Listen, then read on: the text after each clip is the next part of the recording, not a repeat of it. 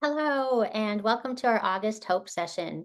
I am Heidi Parker. My pronouns are she, her. I am the Community Initiatives Manager here at Arts and Healing Initiative, and I am your Zoom host today.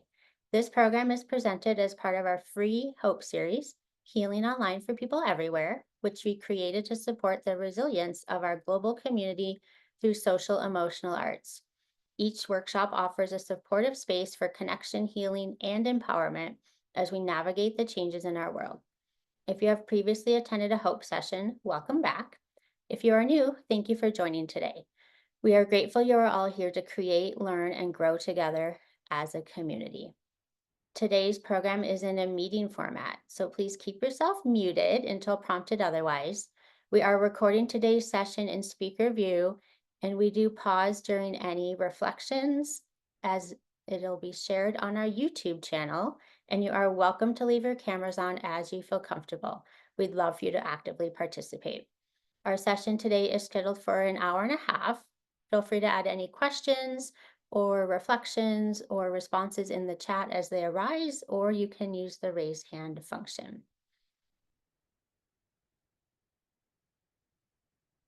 Before we begin, we would like to start by acknowledging the Tongva Nation, on whose land the city of Los Angeles, where we are based, rests today.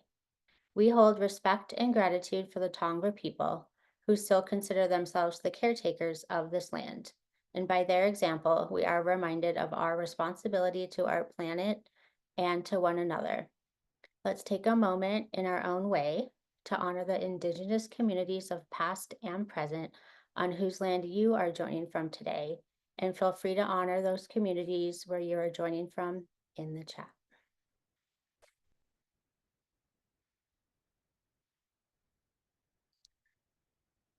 I would like to welcome today's presenter, Stephanie Nash. She has been teaching and speaking about mindfulness meditation for over 25 years, with specialties in stress management, rewiring eating behavior, creating happiness in one's life, and pain management. She works in corporate settings as well as privately with individuals. In addition to working on a stress reduction study with Carnegie Mellon, she has designed and taught a mindfulness program for Harvard Medical School Brain Study. She also teaches presentation skills and how body language affects thoughts and feelings, and is a professional actress. She has an MFA from Yale in acting and a BA from Duke in psychology. So please join me in giving Steph a warm welcome, and I will turn it over to her.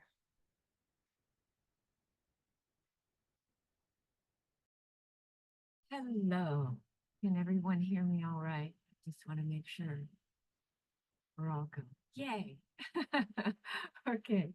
So to begin this session on gratitude, second. There we go. Okay. So to begin this session on gratitude, I just want to say I'm grateful to be here.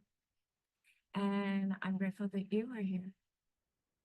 And I'm really grateful for what Hope is doing in all their offerings, which you might be here because you're already a fan and already, you know, checking out all their offerings. And if you're new, uh, check out everything they're doing. It's really beautiful stuff. It's a lovely contribution to the world we're moving through. So what I'm going to do now, what I'm going to do first, I have all sorts of things set up for today. And first, I'm going to tell you what we're going to do today so you have a sense of what will be ahead. All right, sorry, I'll stop reading things and just stay here. But before I even go through what we're going to be doing today, I'd like to just stop in this moment and invite you all to notice how you feel right now in your body. Just take a moment to just notice.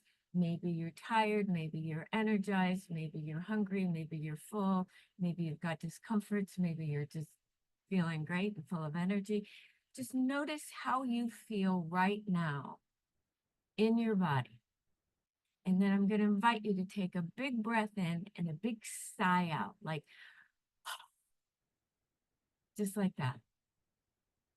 And in fact, everyone's muted. So if you want to make a noise, you can. Ah, just big sigh out. And somebody's not muted. I don't know who that is. Uh, but anyway, so now notice after you've done that, what let go? Did something let go? Every time we breathe out, something lets go, and we take a big sigh out, it's more tangible. So try it again. Big sigh in, big sigh out. You feel release? Maybe in a place of habitual tension, neck, shoulders, chest, belly, maybe where your diaphragm is, maybe a global release. Another big breath in, big breath out. And just notice if something let go. Now, notice how you feel having done that. Do you feel a little more grounded? Do you feel a little more relaxed? Just notice how you feel now. This is a tiny little moment. I'm not doing today's whole session on being grounded and relaxed. Today's about gratitude, but it's nice to start being as grounded and present as we possibly can before I delve into a lot of information. Okay, so here's what are the ingredients that will happen today. They're going to be interspersed as we go. But one thing, I'm going to give you a lot of research data on the power of a gratitude practice. But first, I want to discuss what do we mean when we say gratitude practice? What are we talking about? A lot, a little, what? So we're going to delve into that. We have a couple really short, quick, easy exercises we're going to do. At one point, I'm going to guide you in a longer journey, in a more meditative, contemplative way. And then we'll leave time, especially at the end, for questions, reports, reflections. And during our time together, we will have the option to write in the chat and respond in that way. Just that's a way I can give you the most information in this amount of time. So my goal for today is that by the time we're done, you have an experiential taste. You will have an experience of and a clear idea of how you can, in your daily life, easily gain the benefits from this lovely practice, a gratitude practice. So, before we go into the benefits of a gratitude practice, is it gratitude? Well, I'd like to propose that there's a range. Share my screen. Oh, there's the title. That's what we're doing. Here is what is a gratitude practice? So there's a range of what's a gratitude practice. Over here is something I'll be guiding later. And that's where you can go into a meditative state and you can do nothing but cultivate gratitude for 5 minutes, 10 minutes, 15 minutes, an hour, 2 hours a day, and go to town. Or if you already have a meditation practice, you can do 3 minutes at the beginning or 3 minutes at the end. So that counts as a place where you're committing your time and focus solely to this. Second, this is where most of the people that I work with start. And this is writing down. Now, what writing down is, I have two versions of writing down. One, some people use a gratitude journal, where it might be something that they write in the morning when they wake up or at night before they go to bed. And it's something that just kind of reminds them of the things they're grateful for in their life. A second way of writing things down, and this is really lovely for families and if you have kids, and that's having a gratitude jar. Although I know a lot of couples who do it because this is something you share. A gratitude jar is when every time you're grateful for something at any point, you write it on a little piece of paper and you stick it in the jar. And everyone can do that. Anybody who walks by, a guest, anyone, you just have something grateful for, you stick it in the jar. Then at the end of the week or month or year, everyone gets together and you read what things you were grateful for. And what's really helpful when you're sharing is to hear what other people are grateful for. Sometimes it reminds us to be grateful of those things. Sometimes it gives us insight that, oh, it never occurred to me to be grateful for that. So those are the two main writing down ones. Three things before bed is where I used to always start everybody. Three things before you go to bed. And what's lovely about that is often we go to bed and we're thinking about our day and kind of stressed out. And just to think of three things you're grateful for before bed, I always like to say, helps dissipate the waxy buildup of karmic yuck of your day and does a nice softening preparation for sleep. I remember talking with my sister who told me that she and her husband, before they went to bed, would talk about all the things they thought they did wrong that day that they want to do better. And I say, and do you also focus on positive? She said, no, no, no. We just focus on the things we want to fix. So I shared with her some of the things I'm going to share with you. And I went, you might try. And they did it and it changed their relationship. Having that sharing where they're speaking to each other. And that goes to the third thing this around here is telling your partner. You could do that before bed, which is what she did, or just having somebody that you share what your gratitude is with can be lovely. And we'll be doing some of that today. The third one is really often what happens because you've done the first two. And this is where, and some of you may live your lives like this already, but as you go through your day, because you've cultivated this gratitude practice, as you go through your day, you just naturally turn and have appreciation for little things here and there. And it kind of gives a rich fabric to your day. The more you do the practice, the more this kind of through the day happens, which is a kind of higher life quality. But the benefits I'm going to read you, all the research and studies on the benefits happen with a practice that is where you're deliberately cultivating it, whether it's three things before bed or you're spending an hour thinking about things you're grateful for every day. Okay, I hope that makes sense. So there's a range of how much time you put in. You can do just a little bit, you can do a lot. Now, why? Why do a gratitude practice?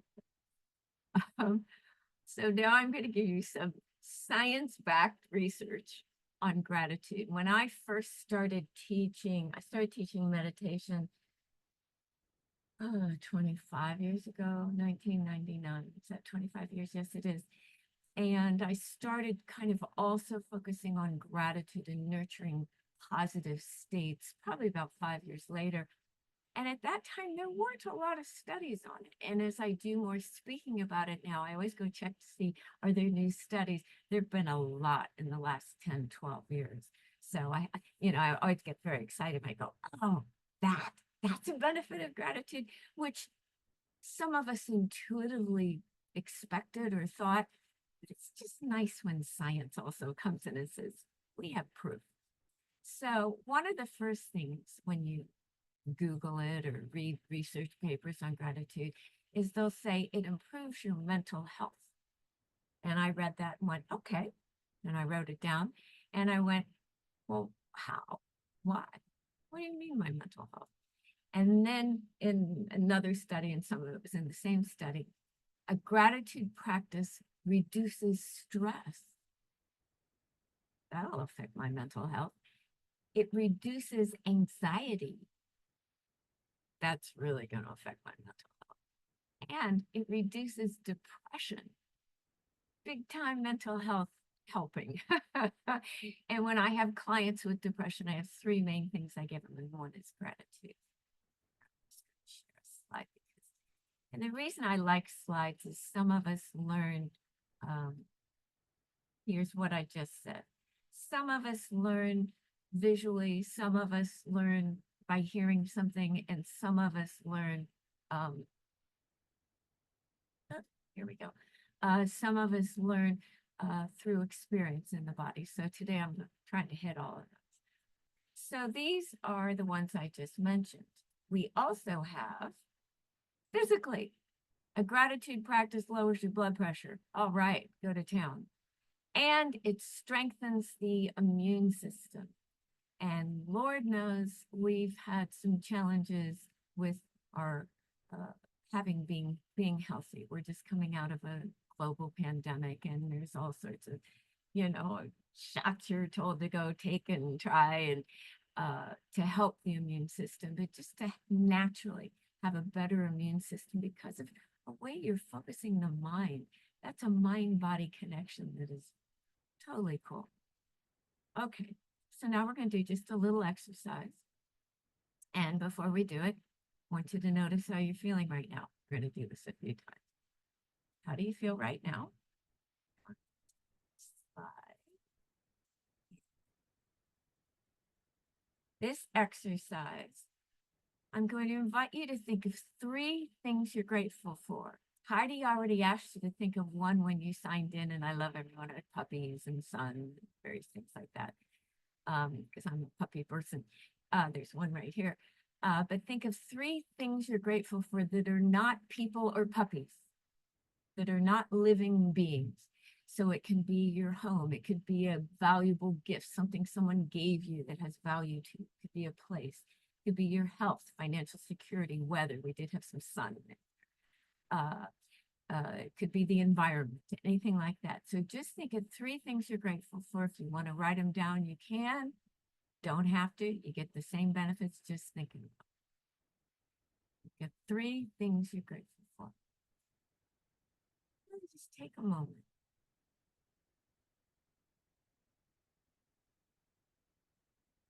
I like it when we do this. I feel richer. I just gained 3 things. But just notice what it is for you.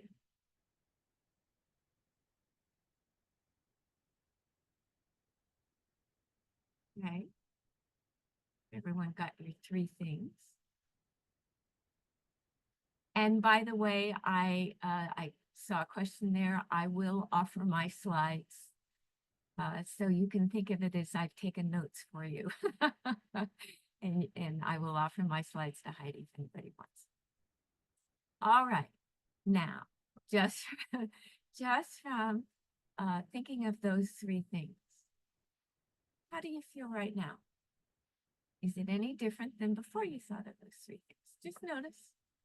And I'm not asking you to notice if your blood pressure got lowered or if you felt your immune system come online. It doesn't quite work like that. Those are more things from a regular practice. And if you want to share what your 3 things are, or if you want to share how you feel from having thought about those 3.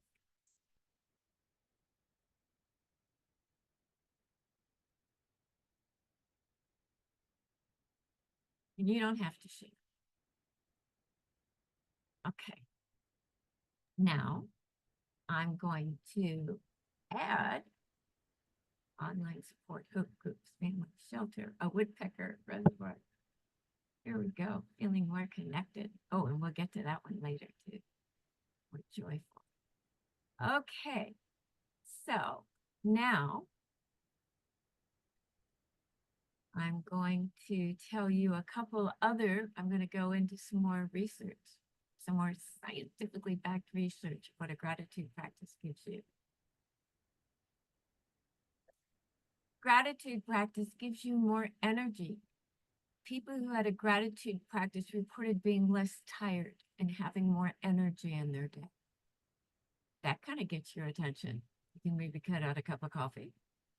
The other thing is a gratitude practice lights up the reward centers in your brain.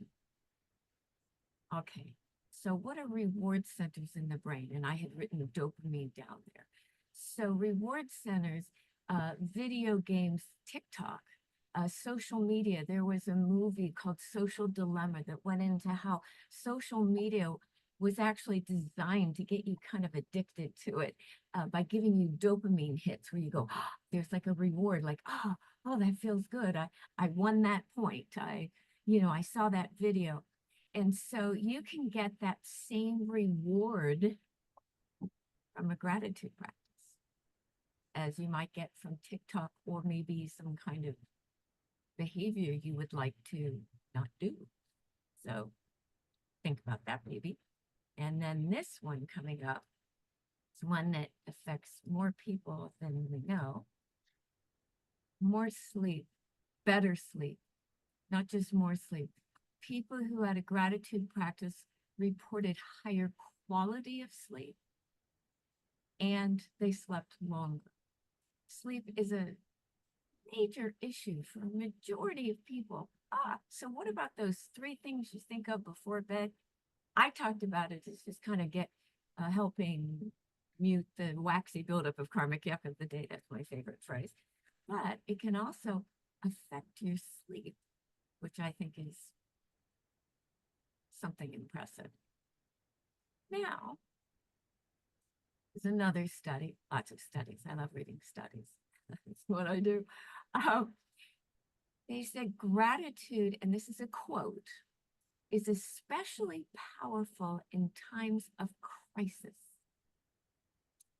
Let's just think about that. Anybody know of any crisis, like social, political, safety, financial, health, personal?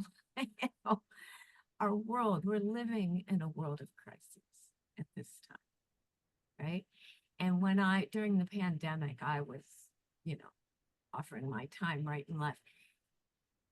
I believe every person on the planet, whether or not you got COVID, every person on the planet was affected by that crisis, whether it's because you couldn't hug your loved ones, or maybe you can't work, your job was ending because of the pandemic, or you couldn't pay your rent, or there was social unrest, some people didn't feel safe, right? So crises are something that we now all have kind of firsthand experience with. So it's a gratitude is especially powerful in times of crisis. Why? It's like saying mental health. I'm like, why? How? So why is it helpful in a crisis? How is it helpful in a crisis? Other video. Here we go. Because a gratitude practice helps you have a better perspective where you're clearer on what's happening versus how you want it to be. When you're grateful, you're tuning into what's here right now.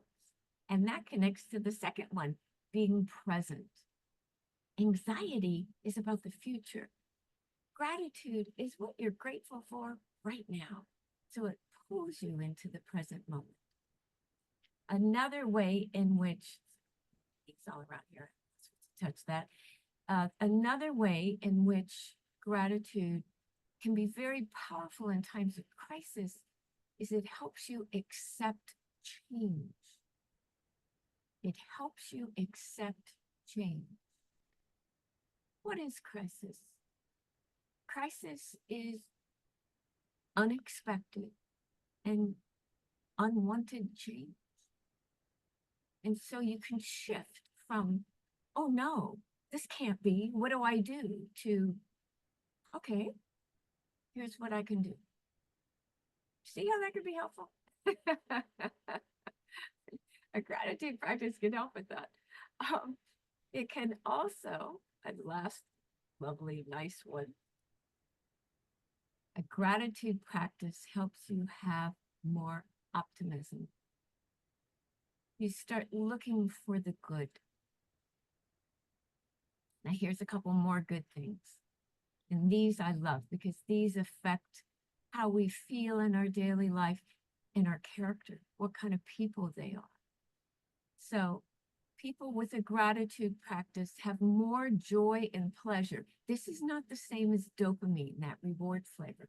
They're talking about a sustained joy and pleasure. In other words, your base level of joy and pleasure goes up. You have more in your life all the time. It also It also has an increase in being more helpful and generous. People who have a gratitude practice are much more helpful and generous. So we not only feel better and are happier, we become better people who are more optimistic. You think that would affect relationships? I do. I didn't find a study on gratitude with relationships, but when I looked at all these things, someone who's more helpful and has more joy and pleasure and is more optimistic and those people you kind of want to be around. So, if you have any challenges in relationship, this might be something that you can try. And here's one that, boy, my jaw dropped on this one. And it's the first one I mentioned to my sister. Um, Greater goal attainment. People who had a gratitude practice got their goals more. So, do you have any goals? Do you have anything you want to do? Anything you want to become? Gratitude practice helps you create the capacity to manifest your goals. And this is research has shown this data. So now think for a moment just of the benefits I've mentioned thus far that are scientifically proven.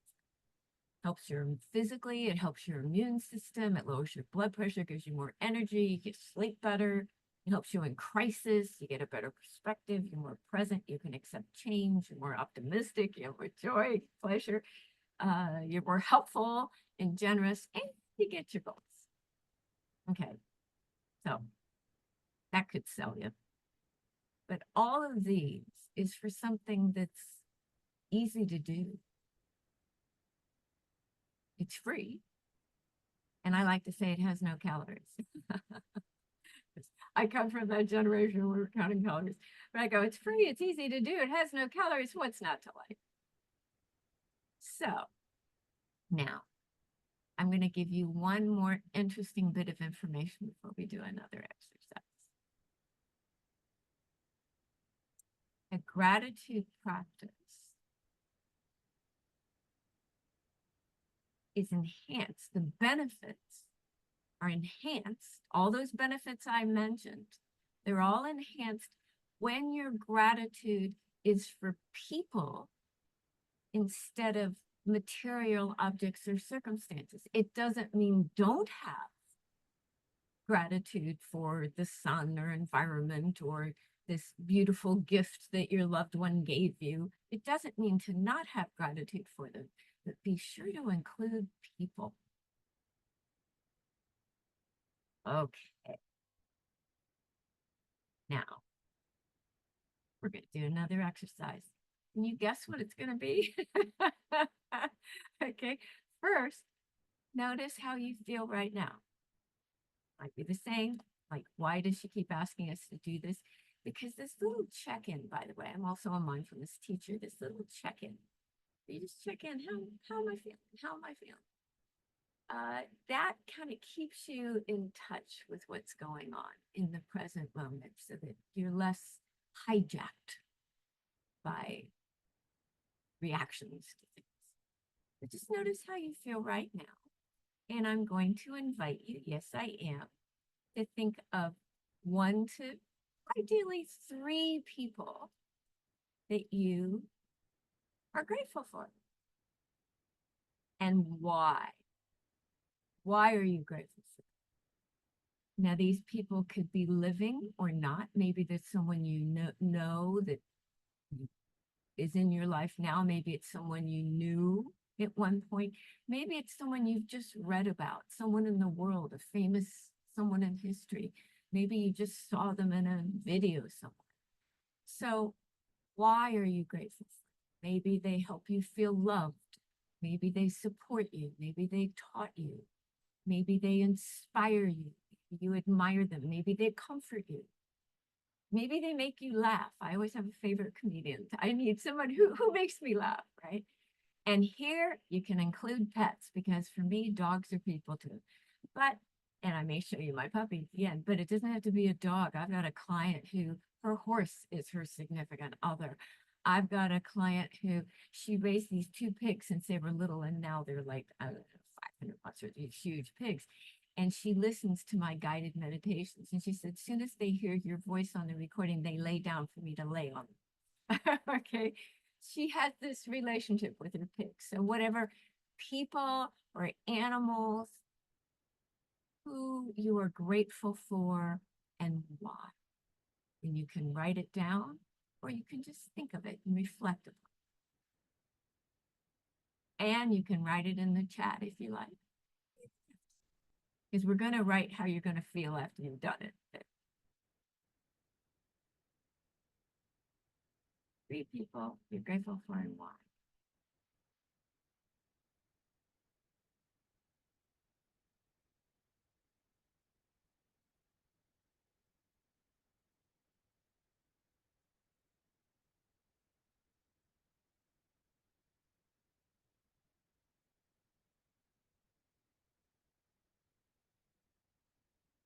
I said they can be people here who aren't here. My grandmother was born in 1899. She lived to be 98. She's not here right now. I thank her all the time. I learned unconditional. I lived with her for 2 years when I was 16 to 18. So, they can be here in physical form. They can not be here. They can be in history.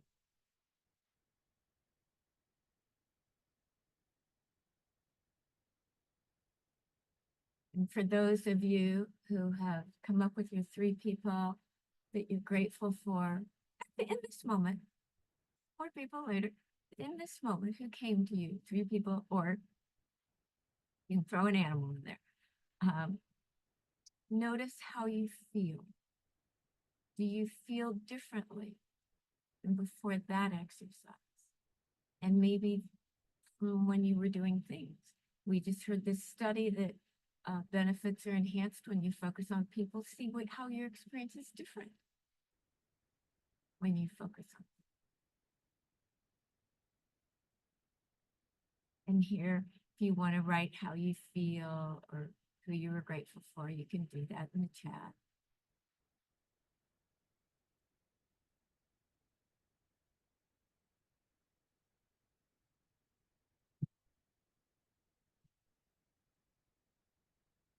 Yeah. All right. Now, the last part of research that I'm going to give you, feel taken care of. Feel a calming and listing people.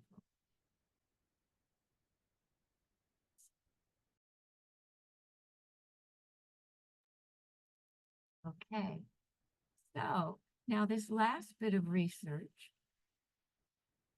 that proves that research proven benefits that I'm going to mention here today, you're going to understand because we just did it. A gratitude practice helps us feel connected. It connects us with others.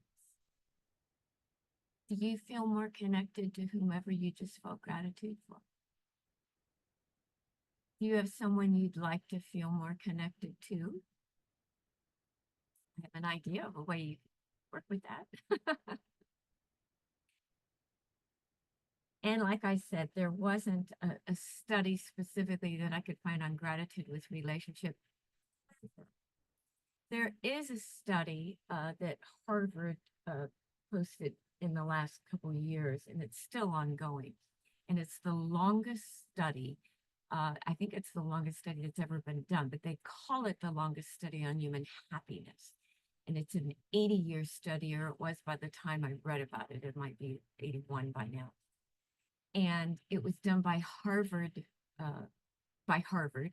and it started 80 years ago. And they had a group of young men who were Harvard students, and they compared them with a group of young men who were Yale is New Haven, Harvard is Boston. and local young men in Boston, and they followed them throughout the decades. And after a couple of decades, they started including the wives, yay, and children and all that kind of stuff. So the study kind of grew wide as it grew long. And it was really interesting. Like, success in life didn't have to do with whether you went to Harvard or not. That was interesting. But uh, I think there's a TED talk on this actually. The main point he makes is at the end of people's lives, they reflect back on what was the key to happiness in their lives. And it was relationships.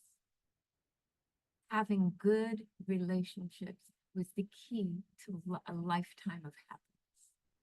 So remember when I said a gratitude practice can kind of up your joy pleasure level and help you become more generous and helpful? And I said, probably help relationships, because who doesn't want to be around that? So again, if you're challenged by any relationships in your life, this might be something you consider practicing. To just see how it changes. Not like this better do it. Just try it and see what you notice, in the same way that I've had you tune into, how do you feel now? How do you feel now? Just notice, how connected do you feel? So the other thing, I'll show a slide in a moment, in addition to gratitude practice, helping us feel more connected with others, it also helped us feel less lonely and isolated. Now, less lonely and isolated, connected with others, that's not the same as being less lonely and isolated. So let's just talk about less lonely and isolated for a moment. There was a cover, I guess it wouldn't be a cover, a headline of, I believe it was CNN last fall, that said, "We are in a loneliness epidemic." And normally in studies and surveys, people over the age of 80, your loneliness increased as you got older, and usually because your friends had passed. My mom lived to be 92, and my grandmother, her mother, lived to be 98, and all their friends had passed away. They outlived their friends, and they were lonelier because of that. These new studies found that the loneliest generation were the teenagers, were the young people, and that they were more lonely than people in their 80s. In fact, there was a study, 2018, and this is pre-pandemic. A study showed that 40% of people, 40%, that is almost half, of people aged 16 to 24, that's young. The brain isn't fully formed until you're 25, okay? 40% of people aged 16 to 24 reported feeling lonely often or very often. Oh. And that was compared to much lower when they got older. And then the CNN study was, or survey, it was a survey, was October 24th, 2023. So it was just 8 months ago. And that's where they called the loneliness epidemic. Now, the 2018 study that said 40% of people, that was in our country. The CNN study was global. It's people in the world. And that was also post-pandemic. And that study said nearly 1 in 4 adults in the world feels lonely. And that study also found that the rates of loneliness were highest in young adults, the same as the 2018 study, but increased. And the lowest rates were actually now found in older adults over the age of 65, with 17%.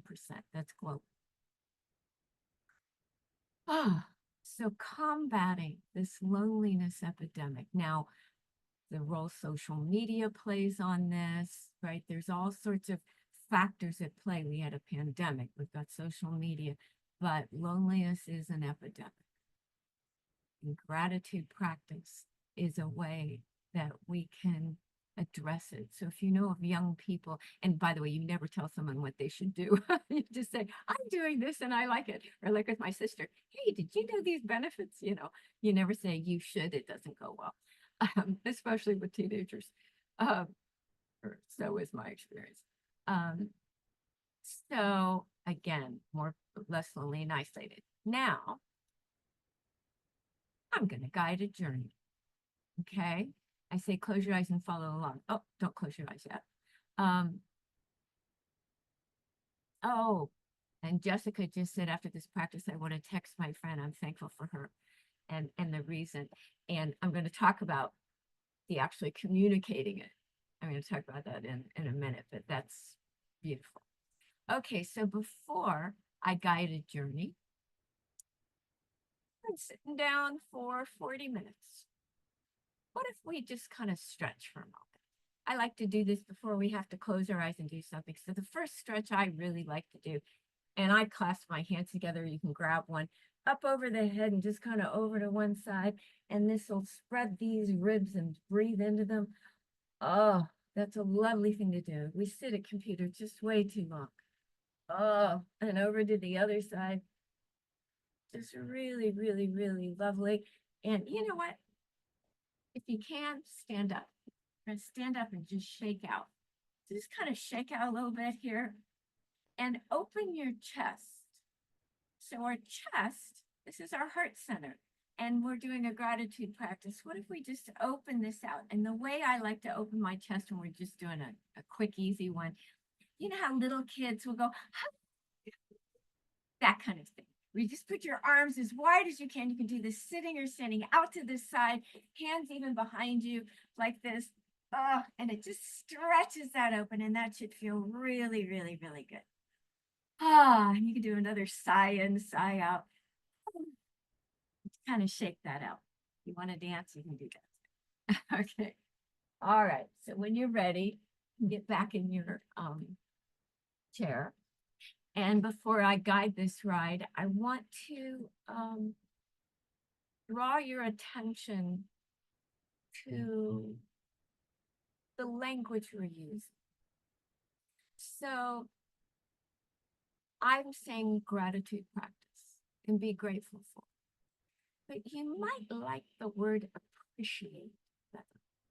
When I first started this and I was saying gratitude, the word gratitude for me felt kind of formal, but appreciate, I was like, yeah, I can appreciate. For me, appreciate was like savoring. I'm appreciating the food, right? It's not like being grateful for the food felt like a different thing. It was like, that's what we did when we prayed for our, we prayed in gratitude, to a higher power or whatever. And appreciate for me was quite different. So I would like to suggest we could use them interchangeably, and you use whichever one works for you. Whether you want to say gratitude, whether you want to say I'm grateful. So there's a kind of range of languaging we can use. And taking it into expression would be something Jessica just said, where you actually say thank you. Saying thank you is, you can say, I'm grateful for you. You can say thank you. You feel it feels a little different. It might be all the same for you. If it's all the same, do whatever works. But I just wanted to bring these up that you can do whichever one's juicier for you, right? And one nice thing, because what we're doing here today mostly is what we're feeling, but you could extend it into communication. And like I said about my grandmother, you can contact your friend and say, I am thankful for you. I do this all the time. I have a gratitude thing, and I just contact people, say, I just want you to know I really appreciate you. That's usually how I'll say it.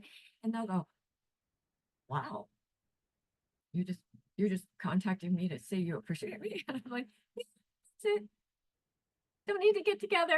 I'm busy. I just in the middle of my stuff I'm doing. I just wanted to say I appreciated you.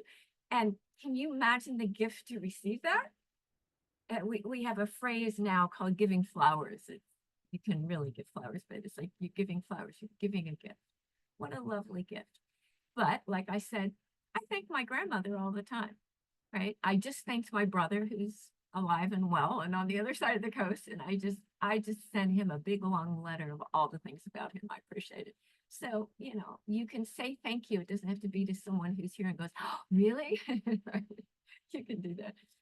And gratitude or appreciation can be in general, like, I just feel it feels good to be alive today, or it can be, oh, look at that flower. So it can be big, it can be specific. Okay. Now, in this ride I'm going to guide, I want to guide things you might not have thought of. Some of you have, but you might not have.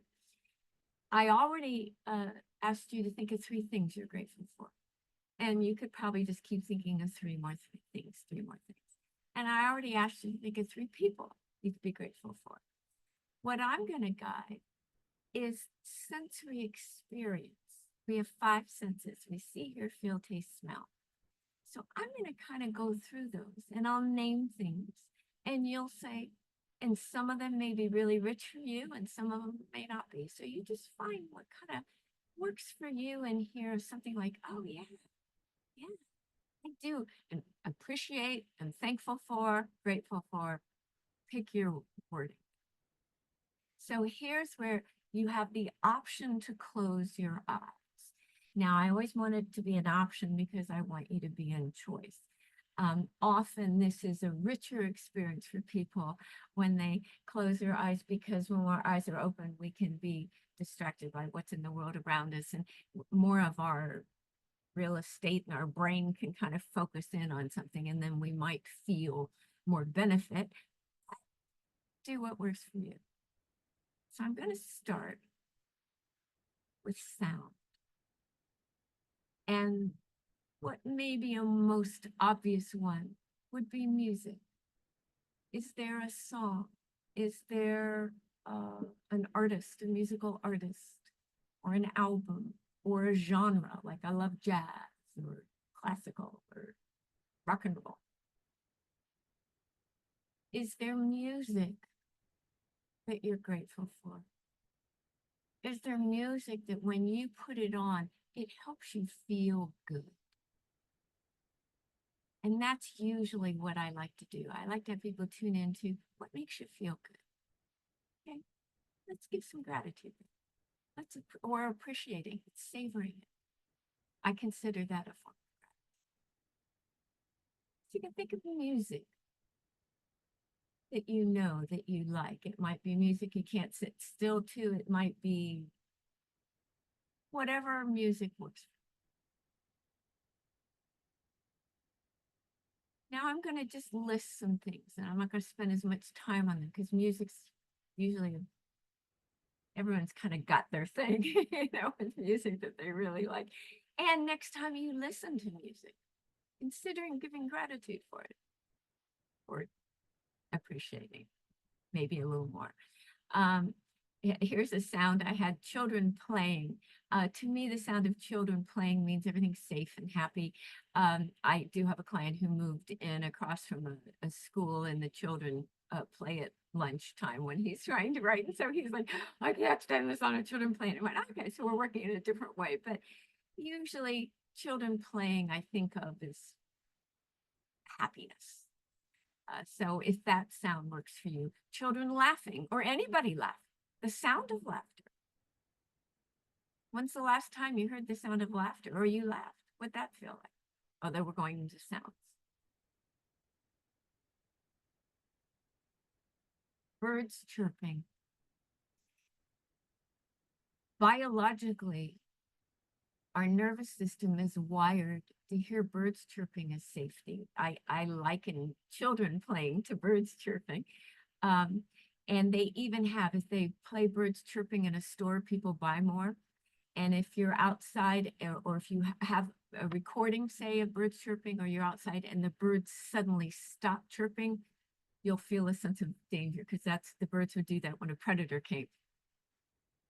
We don't have predators. We don't have people coming after us in that same way, like animals coming after us in that same way. But that's in our wiring. I've done this where I've done it and stopped it, and people just start getting a little anxious when the birds stop chirping. So maybe birds chirping is something. I went to England and visited my brother, and I said, "Oh my God, you're being serenaded by birds I've never heard in my life." He was in northern England. It was just amazing. Crickets. I grew up in the woods and I loved being in the woods, the transition from day to night, because the sounds of the day gave way to the sounds of the night in nature. And I think of crickets as that, but there's other sounds as well. Wind in the trees might be a sound you love. Here could be your lover, your partner sighing. Ah, someone you love, just giving a gentle sigh or breathing in their sleep. I know a lot of parents go in and watch their children sleep. Uh, Other natural sounds, ocean waves.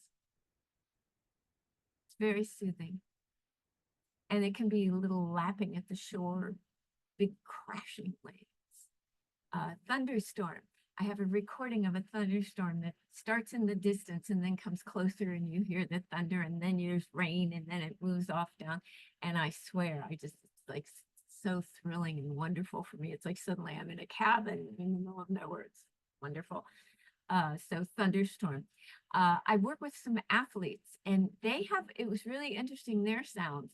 I have a biker who loves the sound of his wheels on gravel, or a skier who loves the sound of fresh snow, cutting fresh snow, or swimmers, the sound of water, or a team sport, sometimes the sound of the crowd. At the Olympics, I think the long jumpers are the only ones I really saw do that, where they want the audience to clap and get them going before the routine. I think I only saw that in long jumping, but maybe other people did that as well. Another sound would be a supportive tone of voice, maybe a lullaby, a mother or father singing a lullaby. That can be a lovely sound. Any sound that makes you feel good, whether it soothes or excites. Just take a last minute to think of any sounds in the world that you really appreciate. They make you feel good. Thank you.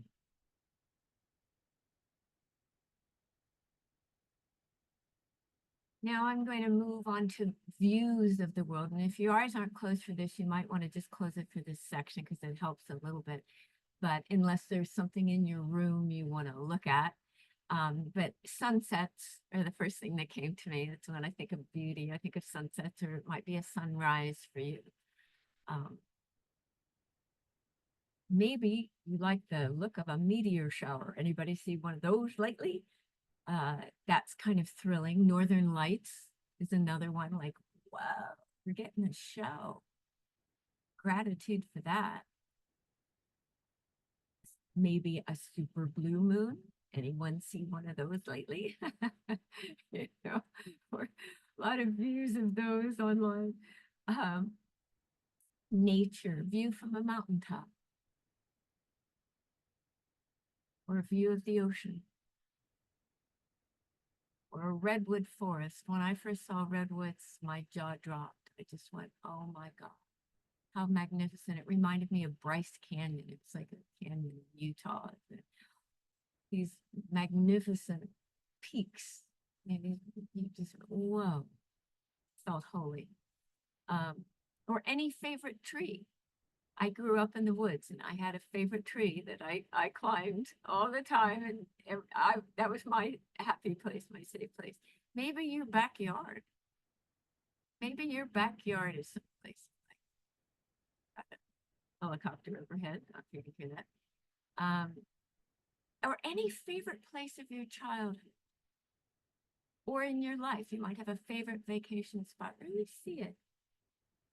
Appreciate it. Gratitude for it. And we have art. Maybe some beautiful art or photos. I have an architect client who would just talk about Frank Lloyd Wright homes. Said there is just nothing more beautiful. Right? Said some gratitude down for that. and a smile, the view of a smile. That's something to be thankful. Anything you can see that makes you feel good, or anything you've seen. Doesn't have to be something you can see. It could be something you've seen in your life. Maybe you've gone to holy sites in Jerusalem or pyramids in Egypt, Taj Mahal in India, or some magnificent something. Okay, moving on to smells. So a lot of this is going to be food, but not all. This might be your favorite food. It might be mom's cooking. It might be your spouse's cooking or your child's cooking, or some dish that the smell of it says home, says this is good. I love this. Baked goods are known for their smell. I actually do workshops where I help people with food and eating and rewire the relationship to food and eating. One of the ways we do that is to really appreciate smell and get a lot of our satisfaction from the smell. And we don't need it from just, shoveling food. But baked goods and chocolate are the two that actually sometimes smell better than they taste. But that could be one. Cinnamon. Oh, my mom was a real estate broker at one point, and she said, she really wants to sell a house. She just boils cinnamon on the stove, and people walk in the house and they smell cinnamon and they want to buy the house. They spend hundreds of thousands of dollars because they smelled cinnamon in that house. Okay, so cinnamon's got to have some kind of great smell for a majority of people. Other non-food. New car smell. I know someone who literally was leasing a car and broke the lease to take it back to get another car because he wanted a new car smell. I wanted to let him know you could actually get that in a can now, but new car smell might be something you like. Outside after rain, there can be a kind of fresh smell in the air. So any food or nature or something else. There might be a smell that's, I have a mechanic who just loves the smell of oil. That just really does it for me. I just said, don't do too much to it. Like, make sure you're going outside, not just breathing oil. But, whatever because the smells will be association. Somebody won the Nobel Prize for how smell connects to the brain. So any smell that makes you feel good.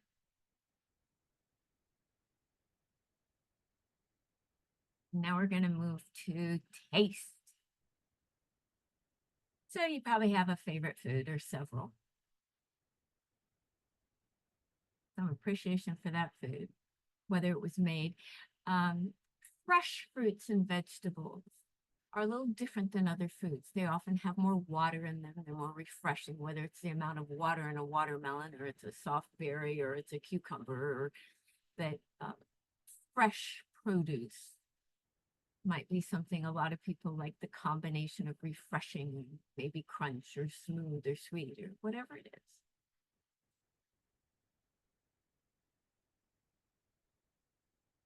Maybe it comes with a smell. Taste, maybe any cold creamy food like ice cream, or I do frozen bananas, any cold creamy food where it's cold, maybe sweet, doesn't have to be sweet. Maybe it's a smoothie of some kind. Those are big now. Maybe a crunchy, salty food. And you can go through sweet, salty, umami, bitter, sour. You can go through all those different ones to see if there's a favorite one of those you like. Another taste one, it's what I call warm, rich food. I came from Ohio where it's meat and potatoes. Like that's, the smell, the taste of that was just like, satisfying. But then when I went to India, vegetable curry was really good, When I lived in New York, it was matzo ball soup, whatever makes you feel satisfied, maybe makes you feel taken care of. Think of what richer food, cooked food, does that for you, as opposed to raw. Maybe fresh baked bread. And there's an argument that food is love. We break bread with friends and loved ones, and from the minute we're born as babies, our mother's milk is synonymous with being held and being loved. So that association of food and love is a deep one. And maybe there's a drink. Some people like effervescent drinks. Some like the fresh water from a stream. So whatever taste makes you feel good, whether it's sweet, whether it's salty,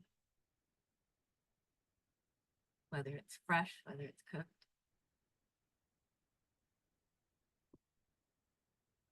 Now we're going to shift into feel or touch. And these are quite rich. The first one that comes to mind, if you've ever had a child, is the feeling of your child right after they're born. For many people, this is an experience they remember for the rest of their lives. For mothers, often they take the baby and they put the baby on them in that moment of contact. And there's an entraining that happens with the baby's heartbeat and the mother's heartbeat. I mean, that's, we now know that, babies that have issues, their immune systems, their ability to heal themselves is connected with touch, whether it's with their twin or with their parents. So they now consider that a form of therapy. It was all we had for a while, but just the feel of your baby. I've been with delivery of babies, and then when they put it on the mom, and for the father when he holds them, I watched that man change in that moment, and I know he will never be the same. It's a lovely feel of this being that you bring into the world. Maybe the feel of a loved one giving you a hug, whether it's your child, whether it's a friend. There's a hugging saint. Her name's Amma, and she just hugs people all day, thousands of people over the course of 3 days, and you wait in line for hours and hours and hours to get hugged by her. I've been hugged by her 3 times, and boy, you've been hugged when you've been hugged by her. She is like a professional. You just felt like, oh, you just kind of give up all the who I am and what, you just give over to this woman who just hugs you and holds you, even though it's just for probably a matter of seconds. It's transformative. That's how important hugs are. And we literally get oxytocin from hugs. Like we were hug deprived before the pandemic, so go hug somebody and be grateful for that feeling. The feeling of petting your pet. There we go. That's a feeling, and it's different. It's not just the texture. Like I go, oh, I have a soft, fluffy dog, but your dog might be not soft and fluffy, but you love the feeling of petting them, and it's a living being who is kind of reciprocating in affection, and it's a beautiful thing. Another touch sensation with a soft blanket, something soft. In the morning, if you have a morning where you don't have to get out of bed and you can just stay in bed, it's like on a Sunday, like, how we did that stretch, you can just kind of wallow in the bed and feel the bed kind of supporting you, and the cool sheets or the soft sheets. That can be a very divine practice. Nature, sand under your feet, sand between your toes, maybe lying on sand. That's a fun one. Or grass beneath your feet. Maybe you're lying down on the grass. Any of those touching. I like touching trees. Yes, I'm one of those. A loving touch of a partner, whether it's a hug or just, sometimes with a partner or a friend, you might put their hand on their back like you're supporting them, like you're there for them, like you care about them. Giving that touch and receiving that touch are things to be grateful for, to appreciate. it's a beautiful part of our connection as human beings. And it connects to all the helpful, generous, pleasure, um, other touch, a massage, where someone is paid to massage you, but they do a darn good job, and it can be what your body needs. It can be a kind of self-care. A warm bath. For some people, it's like, there's no way I'm getting in a warm bath. And other people, it's like, could I please have a warm bath? And that warm baths have been shown to really affect our immune system and nervous system in lovely ways. Um, and we're in a heat wave. So let's do a cool ocean or a cool swimming pool on a hot day. Nothing like jumping in the cool water. Uh, that's something to be grateful for. Um, as we're feeling the body, how the body feels after a workout, right? That can feel good. Or stretching, like we just did that one quick stretch before that. Did that feel good? Yeah, we can appreciate that. So any touch that makes you feel good. Before we end, I know we did our 5 senses. These are sensory experiences that you might not have thought of when I said pick 3 things. We're just going to end, because a survey kind of showed us that that was a study, not a survey. We're going to end with some people, but here, as opposed to the people you knew, these are going to be people maybe you don't know so well. And I know during the pandemic, people who were postal workers and cashiers and delivery people, they usually just kind of go through their lives, and suddenly we were sending them waves of gratitude. They were on the front lines. They were suddenly risking their lives to help us get food and get the things that we need to live. And so, when I was guiding things during the pandemic, boy, we were given a lot of gratitude to those people. And frontline medical workers, nurses, doctors, ambulance drivers, people who were on the front lines there. And they were often doing it without sufficient supplies. They were wearing garbage bags and reusing masks at one point, until we had another person come in and take care of it and make sure everyone got that. But people you don't know, who you interact with during the day, but who serve you in some way, or serve the community in some way. For food, where does it come from? Farmers, they grow it, or they harvest it, or they, uh, whether if it's animals, they might take care of animals, or they might grow plants. Truckers get it to you. The grocery store might put it in packaging for you. Those are people we don't normally give gratitude for. Maybe someone cooks for you. Maybe someone cleans for you. Maybe the objects that you were grateful for, somebody creates those. Who creates them? Who painted the painting? Who made the clock, right? So objects, things that we care about, somebody made. And I said, who cooks for us, maybe, who cleans for us, maybe no one does, but maybe someone takes care of you, whether it's your parents, your spouse, your children. I do want to give a shout out of gratitude to caretakers, people who often, a majority of caretakers are people who have loved ones who suddenly needed care. They didn't say, I want to be a caretaker. They sacrificed their lives because someone they loved needed their help. And that is a contribution bigger than just to the person they're taking care of. When I work with people, I've never seen a more burned out group of people than those people. And so I was devoting a lot of time to supporting caretakers who had not signed up to be caretakers, but had done it because they wanted to contribute. But hospice workers, they choose to be with people who are dying. And that's a beautiful thing. No one should die alone. And here's some people who their job is to come in and they're good at it. And if you've been with someone in the dying process, a hospice worker is worth their weight in gold. And send some gratitude to all those people. Okay, so that ends this formal thing. I'm gonna ring a bell. I don't know if you'll hear it. I don't know if sound for musicians is on. So, did you discover anything else to be grateful for? I would love you to type in any reflections of that journey through what we see, what we hear, what we feel, what we taste, what we smell. If there was something that really came up for you, went, oh my gosh, I'm now realizing this, or how you feel from having done that. Yeah.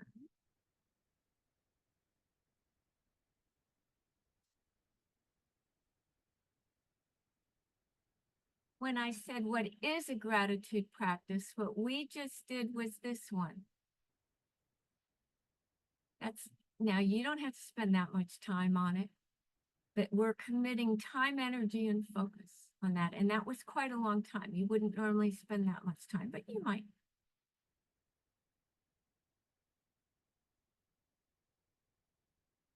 Okay.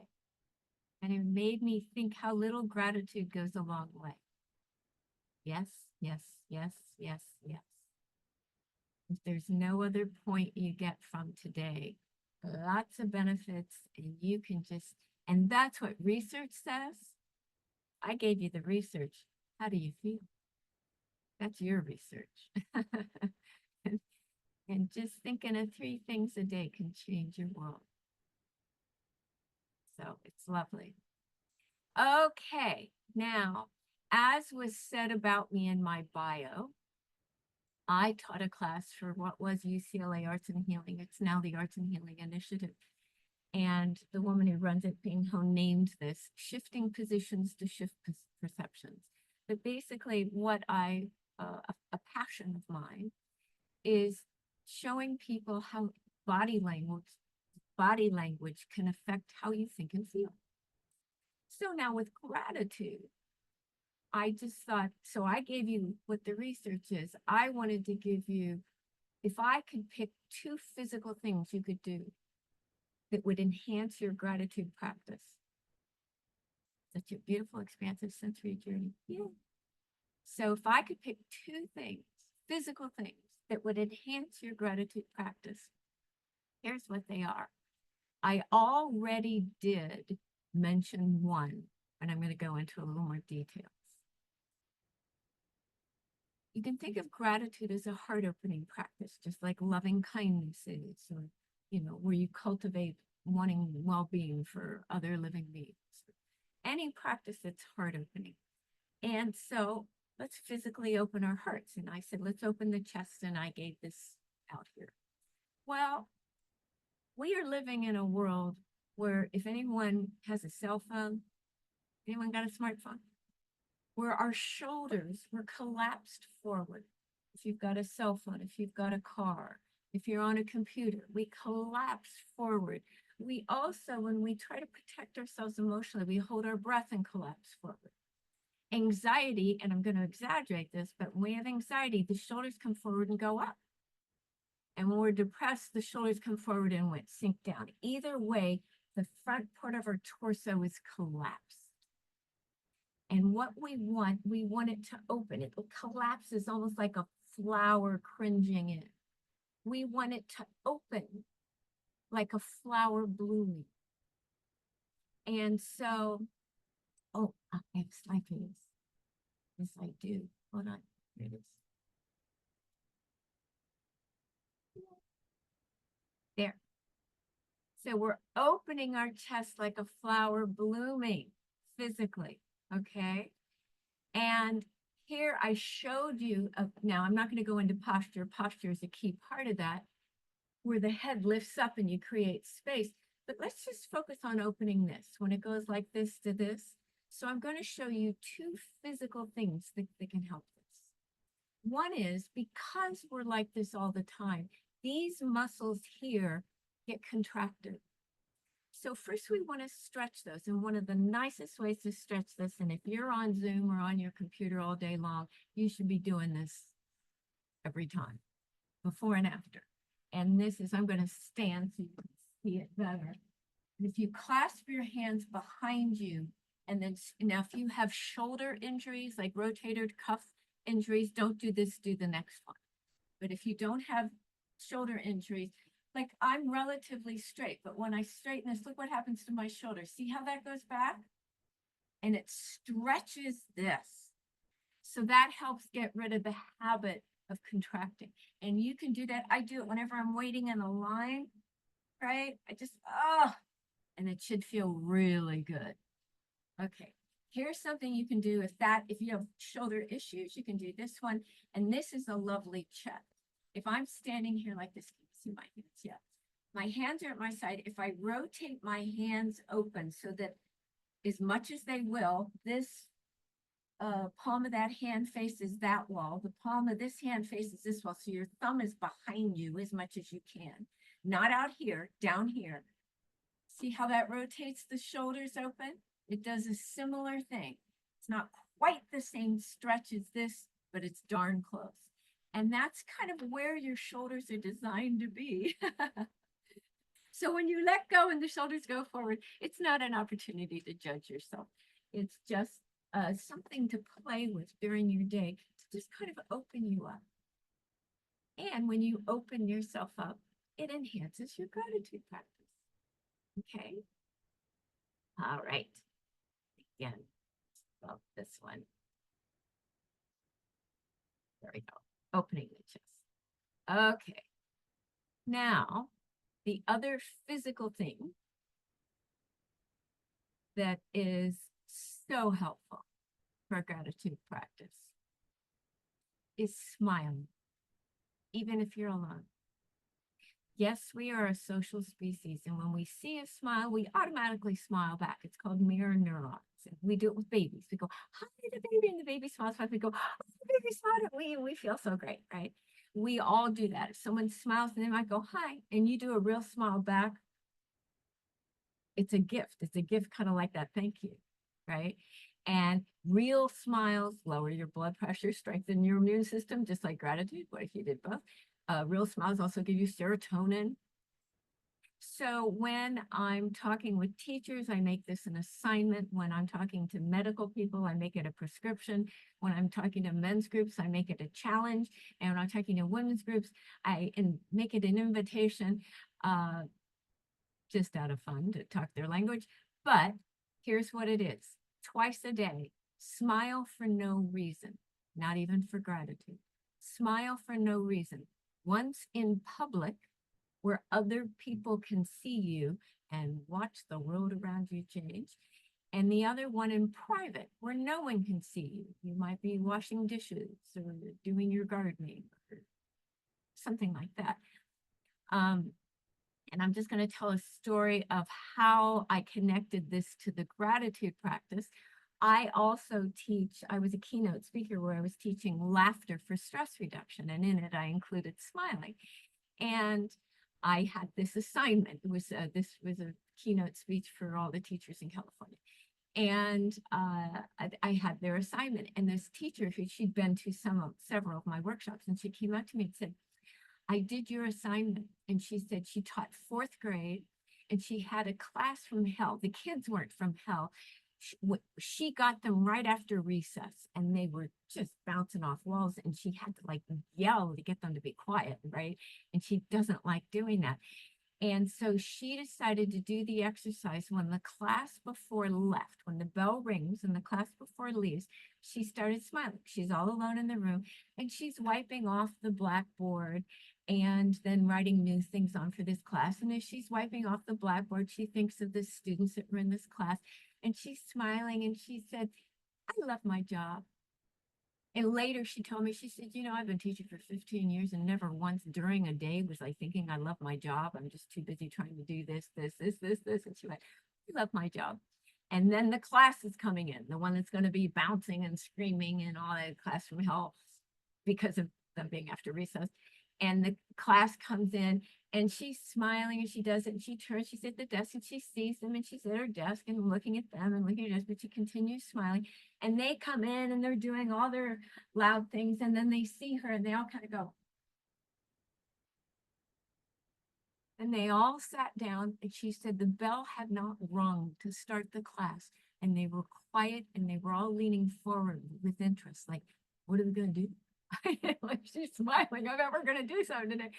And she said, I would have paid for that. She said, I have never been more grateful for anything in my whole life. And then I went, oh, so smiling can make you feel grateful. It can affect people around you. And then people might be, they might then want to be more helpful and generous. And so it's just this kind of lovely, positive feedback loop that happens. That smiling from the beginning. Okay, so I'm going to sum up here. Oh, I smile. When in doubt, smile. When in doubt, smile. Okay, here's just a recap of some of the benefits. Improves mental health, stress, anxiety, depression, lowers blood pressure, immune system, sleep, energy, physical, emotional. Here we have dopamine, reward centers in brain. I'm even thanking my dog for barking. The better. Oh, whoa, whoa, whoa, whoa, whoa, whoa. Okay, hold on. I'm taking those out. We can still hear you, Steph. Did you hear music all of a sudden? I did not. Oh, you didn't? Oh, No. sorry, I was hearing music in my ears. Okay, it's not there. I thought, oh Okay. no. Okay, I'm going to take that out. I'm hearing recordings of something else that's coming in on my Bluetooth. Can you hear me okay for our last couple minutes? Okay, cool. Absolutely. That was exciting. So better perspective. These are connected with times of crisis, accept change, feel less lonely, and then more optimism. These help us be better people and be happy in our lives, more joy, pleasure, better people, better goal attainment. And when we focus on people versus material objects, it's enhanced. So that doesn't mean don't do the others, just make sure some people are there. And this is my contact info, but she's going to give you that. Now, what I'm going to do is, and I can put that up again at the end. And again, I will offer all of my, anybody wants my slides, you're welcome to have them. I had a good time putting them together. So now what I'd like to do, if people want to write something, if somebody would like to come, raise their hand and come off mic to just express a reflection of what this has been, maybe something you learned, maybe something you're grateful for, anything like that, I would like to give that time for that. And as you're doing that, I want to just say that I often like to tell people to think of me as Glinda in The Wizard of Oz. You know, she's the good witch of the north who talks in a weird way. And I said, you had the ruby slippers all along. I just said, tap them together 3 times to go home. And home is happy and filled with gratitude and satisfaction of connection and good relationships. So change the world, change yourself, or as Gandhi said, be the change you want to see in the world. And consider this a contribution to the world around you. Wouldn't you like to be with everyone who's done something like this? And if everyone did it, we'd be walking around in the world of our dreams. And I'll start right here. Okay, so does anyone have something they would like to express? Can I? What if?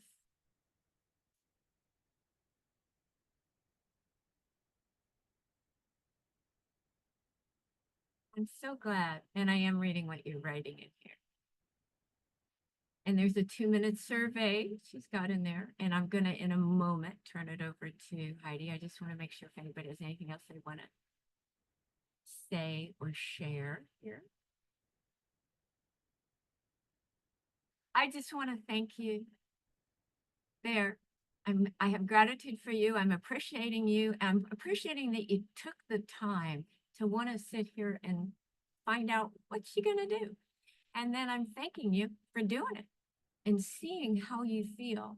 And I thank you for any little bit of this that you take and incorporate into your life is a gift to us all. It really is. We are all connected.